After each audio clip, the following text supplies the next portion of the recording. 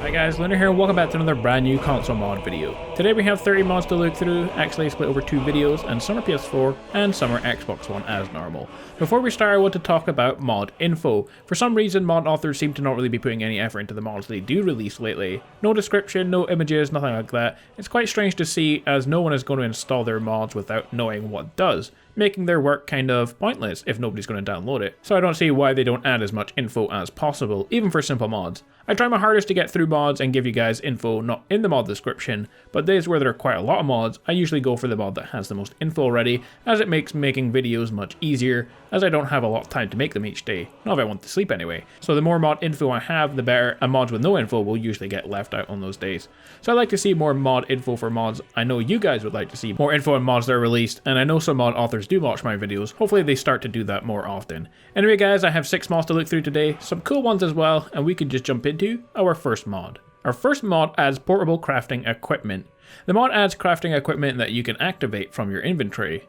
You can choose which tools you want to have, so cooking pot, armor hammer, smelter, anvil, crafting knife, enchanting book, pestle and mortar, or the grindstone. The mod alters of course the weights and recipes of items in game, so you can now carry around a lot more stuff around with you that you need to craft things, so that's pretty handy.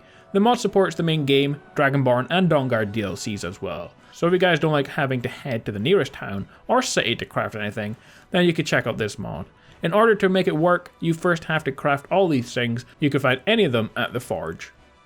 The Whiterun Gate mod is a simple overhaul to the front entrance of Whiterun, to make it look much better, but also tries to keep the FPS low as well.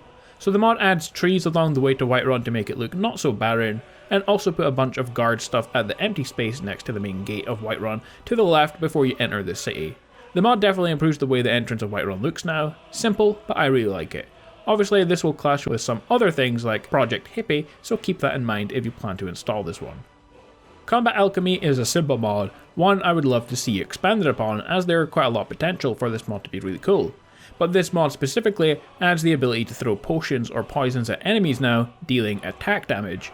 This will allow you to focus as an alchemist character in attack without having to rely on any of the schools of magic. So this mod is awesome and currently adds the following attacks: fire, frost, shock, damage to health, and damage to magicka. If you're looking to create any of these things, then you can find them all at the cooking pot. Our next mod adds the armor of the Dragonborn. This adds the iconic armor worn by the Dragonborn you see in all the pictures of the game. The armor has the same armor rating as Dragon Bone and Dragon Scale armor though, depending on the armor type. The sword has the same weapon rating as Daedric's sword, and the armor and sword are enchanted with loads of different cool enchantments, as you can see in the video, and they are also upgradable. You can find them in a chest in High Hrothgar at the end of the right wing hallway. So an awesome armor. Yes, it is just made of hide armor, but they are very much improved versions of hide armor with awesome enchantments on them now. Next up we have Lilith's Lacerator Rapier. The mod adds a rapier sword into the game and 3 variations made out of the main sword that can be crafted at any forge with the Daedric smithing perk. The weapons are meant for end game and they should be balanced as well. The weapon damage on the sword is lower than that of Daedric weapons, but their speed and critical damage are higher. All the weapons can be upgraded to Awakened form at the Forge, and this gives them just a glow and a darker texture. The Awakened form also has a higher damage at +1 to their base damage.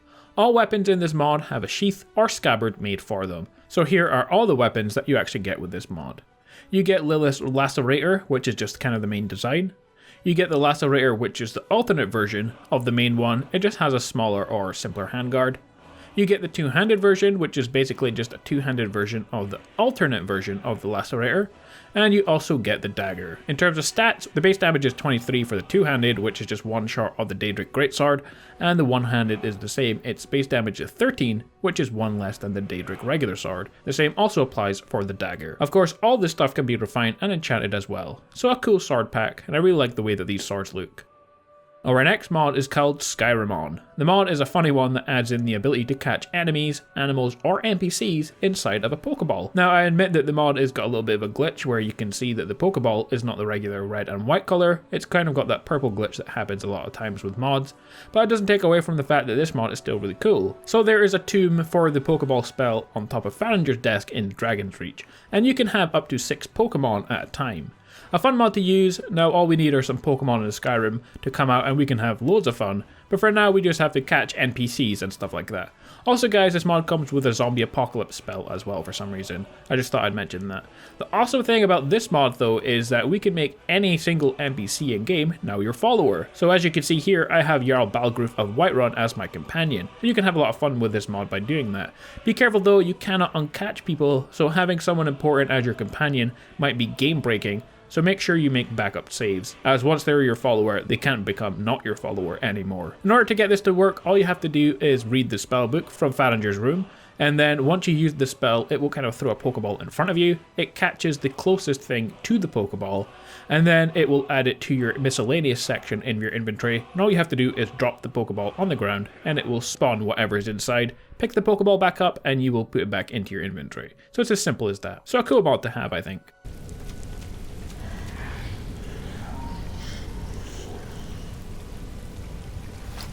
Our final mod of the video is Sounds of Skyrim, a really awesome mod that I have to admit.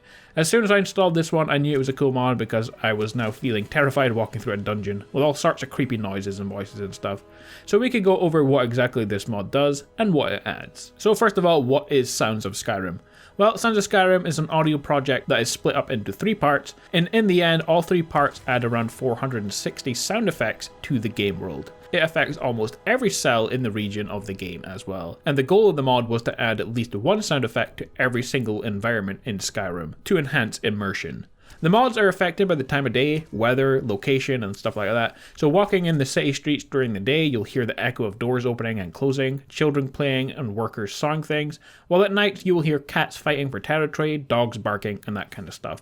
The mod comes in 3 parts as well. So you get the wilds, that adds in noises of the wilds obviously, Civilization, which is the one we just talked about, and there is a 3rd one which is Dungeons, and Dungeons is the one we're looking at in this video, because it's the only one that's out so far. Of course we will go over the other 2 when they're released. The Dungeons includes 115 plus sound effects to add life to dungeons.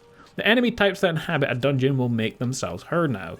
At dungeon entrances you will also hear the exterior weather. If there's a thunderstorm raging outside, you will hear the thunder rumbling at the fort or cave entrance. Now, there's a standard sound effect for each of the different dungeon types: cave, Dwemer ruins, forts, and sewers, and so on.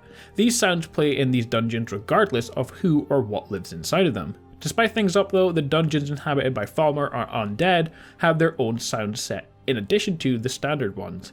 Undead dungeons have zombies and wraiths screaming or moaning, while in Falmer dungeons you'll hear their occasional screams, a way of which they communicate. After all, they are nearly blind, so that makes sense. You can see from the video you get the option to enable or disable the sounds for the various different dungeon types, but I don't see why you would want to disable them anyway. The mod definitely adds a huge amount of immersion to the game.